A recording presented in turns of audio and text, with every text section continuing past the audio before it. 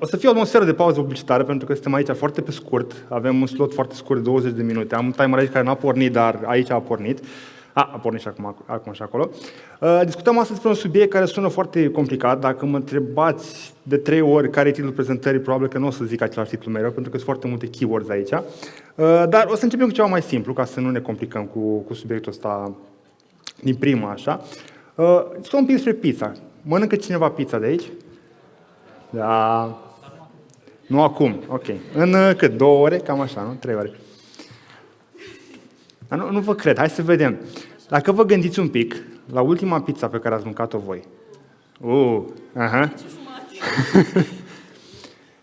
Și eu o să spun așa, 1, 2, 3, și când zic eu 3, vreau să menționați, nu neapărat să strigați, dar cât de puternic puteți, ce tip de pizza ați mâncat? Bună și aia. Hai, încercăm, facem un trial run întâi? Hai, facem un trial run în care spune .NET Days, da? 1, 2, 3, .NET Days. Hai, 1, 2, 3... Aoleu, bine că am făcut trial run. Bun. Hai să încercăm cu pizza, da? V-ați gândit, da? Pregătită? 1, 2, 3... 4 formaggi. Bun, perfect. I just realized, I think, is there an international audience here? Perfect. Thank you. So I'll switch to English. Sorry for that. I didn't realize there was people that weren't speaking Romanian. That's fine. We were just making a joke about pizzas and the last pizza we ate, just so we have a warmer start to this presentation, which actually starts with some really cold keywords. So talking about pizza is not like by chance. It's actually a comparison I managed to pull off between the topic that we have today and the idea of a pizza, more precisely, a pizzeria.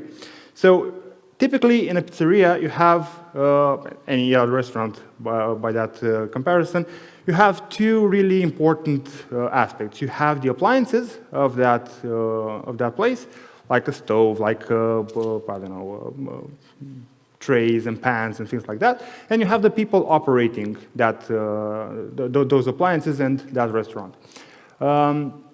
Both of them are really important.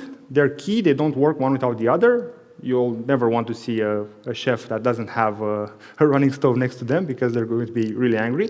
But as an owner of such a pizzeria, you're usually in a place where you want to know that you're making an efficient use of your resources, whether those resources are the appliances and the staff itself. And at the same time, you want to be prepared in case your restaurant gets full, or at the same time, if your restaurant is suddenly empty, you don't want to be paying a lot of money. You can imagine, maybe a bit of a forced example, you can imagine the appliances being like a rental that you pay constantly, and the staff, of course, is a group of people that you pay on a monthly basis. So you want to be assured that you make a nice efficient use out of your resources. And this is pretty similar to our world, where when we look at a cloud resource, for example, we want to make sure that we're using it efficiently. And more precisely, and also closer to the topic of today's presentation, we're talking about a SQL engine, a SQL database. And if we push that comparison even more, and we think about the kitchen appliances as being storage and about the kitchen stuff as being a compute resource, you want to know that, for example, if your application is not actively being used, you're not paying for those resources, or you're not paying that much. But at the same time, if you have a sudden surge of usage, like, for example, a restaurant getting full or getting 100 orders online at the same time, you want to know that you can operate with that amount of usage. And through this forced comparison is where we get to the topic of today's talk, which is Azure SQL getting a really nice relationship between serverless and Hyperscale. Now, Hyperscale has been around for quite some time. Serverless has been around for quite some time, especially in the Azure SQL area. But recently, I think in March, they started being offered as a group package. Whereas in an Azure SQL database that is running with Hyperscale, you can actually run that in a serverless way, which is basically a nice mix, a nice hybrid between the two ways of working, and it allows for quite some nice efficient use of resources, and we'll see how we do that today. So for those of you that don't really know about Hyperscale, I have some info here on it. in general, if you're looking to spin up an Azure SQL instance, you're going to be hit with a choice between multiple purchasing models. So you have the general purpose one, which, as the name implies, is a really general purpose one. It covers basically like 95% of use cases, so you're most likely going to be using this one in your use cases. It's pretty cheap. Like I said, it covers a lot of scenarios, so it's easy to roll out. Then you have the business critical one, which is more for like really production heavy applications where you need it to be really reliable with a low latency, with a high uptime. It's a lot more expensive, but for those specific use cases, you are really going to use it. And the third and last one is Hyperscale. Of course, we're talking about it. Where it's basically a really niche use case here. You have a setup in which they split the query processing and the storage. So up until now, in general purpose and in the business critical ones, you have the two components put together, and they scale together up and down. Here, they can scale separately and can be handled separately, which offers quite a lot of flexibility when it comes to scaling. So some nice some nice scenarios where you might need this kind of power is, for example, when you have large storage needs. In the general purpose and the business critical ones, I think you have a 4 terabyte limit per unit. Here you have really large limit. And some other nice features like high performance, like easy to do backups and restores, fast storage, of course. And the one that I already mentioned is the fact that they are separate units for compute and for storage. You can actually scale them up separately or down. So this is about Hyperscale. Now, if we talk about serverless, this is the second topic of our commercial break. The nice thing about serverless is that you only pay, like I said, you only pay for the resources you actually use. So in case, for example, you have some downtime during the night where people don't really use your application, you don't pay for that. Or if you have a certain spike in traffic during the middle of the day, let's say people are ordering lunch, you can have the application, database consuming only the resources it actually needs, and then eventually only pay for the resources it consumes. The downside to that is that the price is double. So here you can make some quick math and you can think about the usage. And eventually, if you decide that it's not really worth it because you pay a lot more, then you can switch to a provisioned setup. And there's also some other downsides. Of course, this is in general related to serverless, so it's not really something specific to Azure SQL. You will find this in other serverless instances like Azure Functions, for example, where you have delays in the cold start. So if you've been doing something serverless, you know about that. The cold start is a pain. And this is in the SQL world. Usually the first connection fails. It's not always. I mean, sometimes you manage to draw the longer straw and it works, but most of the times it fails. So you're only going to be getting successful connections on the second and subsequent connections. Okay, so with serverless for Azure SQL, you have some configuration options. So you have the number of virtual cores, which is critical. It's basically the minimum boundary and the maximum boundary in which your serverless Azure SQL scales. And at the same time, you have the auto pause delay, which is basically the amount of time it takes from the instance getting zero traffic to when the engine decides that it can take it down, so it doesn't consume any resources. And I have a really nice chart here to explain it. So basically, this is a really simple usage pattern for a simple application. You have the morning, which is usually at 8 o'clock. I think you can see it there in the bottom left. This usually starts to ramp up, and during lunchtime, you have the most traffic, and during the evening hours, you reduce your traffic, and during the night, you actually have zero traffic. And if you see here, you have the configuration options we've seen in the previous slide, which is the minimum and maximum number of virtual cores. Here is between 1 and 4, so it will never scale up more than 4, but it will never scale less than 1. Well, that would be redundant, but hey, you can actually put that to a larger number, like 2 or 3, for example, to have it really ready. And here, the setup for the the period of time it needs to take before it goes down is set to 1 hour. If you see it's between 22 and 23:00. Yeah, I mean, for some specific use cases, this can be really nice and an efficient usage of resources. The cool part is that if you look at the green bars, that's what actually gets billed. So during the night, you have a really reduced cost, especially when it's zero, when it's completely down, it's zero. And when it has a lower need for resources, you have a billing of 1 virtual core. Okay, and there's some, I think, interesting scenarios for these kinds of databases, for serverless databases.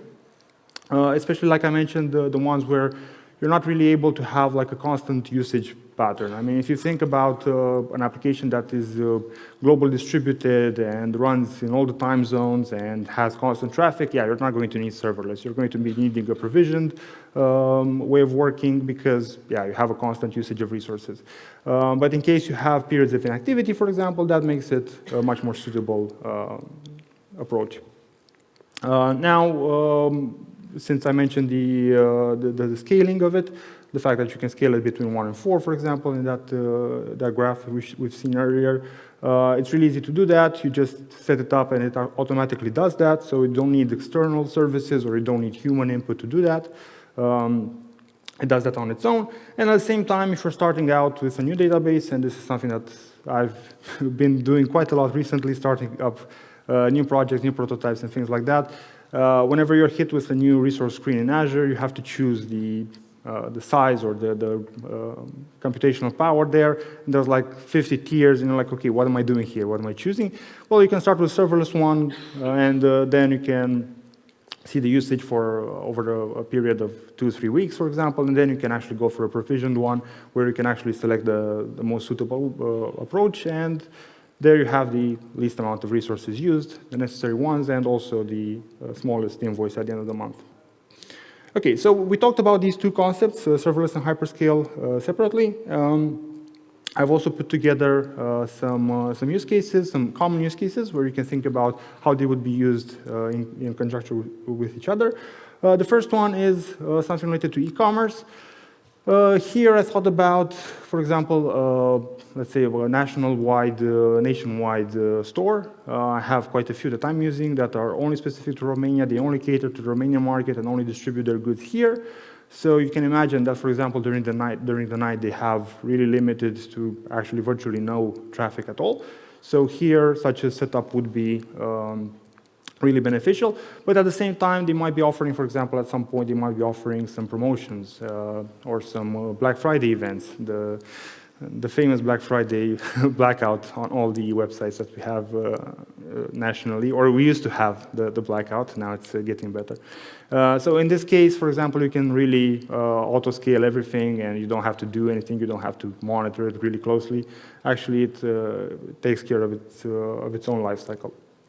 And of course, at the end of the month, you pay quite a smaller amount of money for the storage part for SQL. Then I thought about the healthcare component.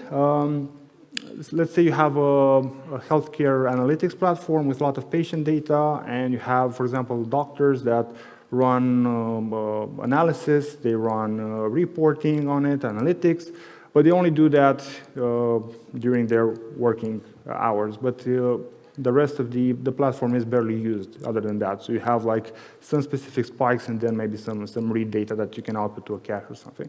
In that case, it makes it really easy to use serverless and hyperscale, because if you have the entire hospital running some analytical data, let's say at the end of the year, where they need to provide some annual reporting, then you can really easily scale it up with hyperscale. You can have really nice backups. You can easily replicate it and things like that. And with serverless, of course, during the night, for example, you can turn the traffic really low or even to zero. Okay, and the last one, I thought about a new platform, the idea of a trading platform, a financial trading platform, and if you have like a proof of concept for it, you don't really know the traffic, you can't really predict if it's going to be used or not, and probably if you're just starting out with a proof of concept, you're going to be wanting to keep your costs down because, yeah, your budget's pretty low. So you might go for such a scenario in case you hit like a really nice marketing wave and you manage to get some really early adopters that are willing to try out your platform and test it out. Then you can go for a hyperscale and serverless setup where you can easily scale it. You have really nice backup for all that precious transaction data, which is it needs to be stored securely and restored securely in case of failures. And at the same time, you have the serverless cost cutting and efficient use of resources. Okay, so these have been the concepts, the three scenarios that I thought about. There's probably multiple ones, and if you go down the rabbit hole and look into the configuration options for all these types of tiers that I've outlined here, you might find some additional ones. So it's really interesting. It was interesting for me to have a look at it, and hopefully you'll get a chance to do that too. And think about if in your projects you might benefit from one or the other. You don't have to use them as both at the same time. You can go for serverless in the general purpose tier of Azure SQL without a problem. But yeah, I'm really curious to find out if at some point you manage to make a change in one of your projects. So if you do that, hit me up on LinkedIn. It'd be really nice to chat with you. That was all I had. So thank you for being here. If you have a pizza somewhere, you can send me the bill for that in case I've made you hungry for one. Thank you for being here. I'll let you have like 2 more minutes before my slot ends, so you can have like a coffee or get some stickers on your card for the prizes at the end. Thank you very much.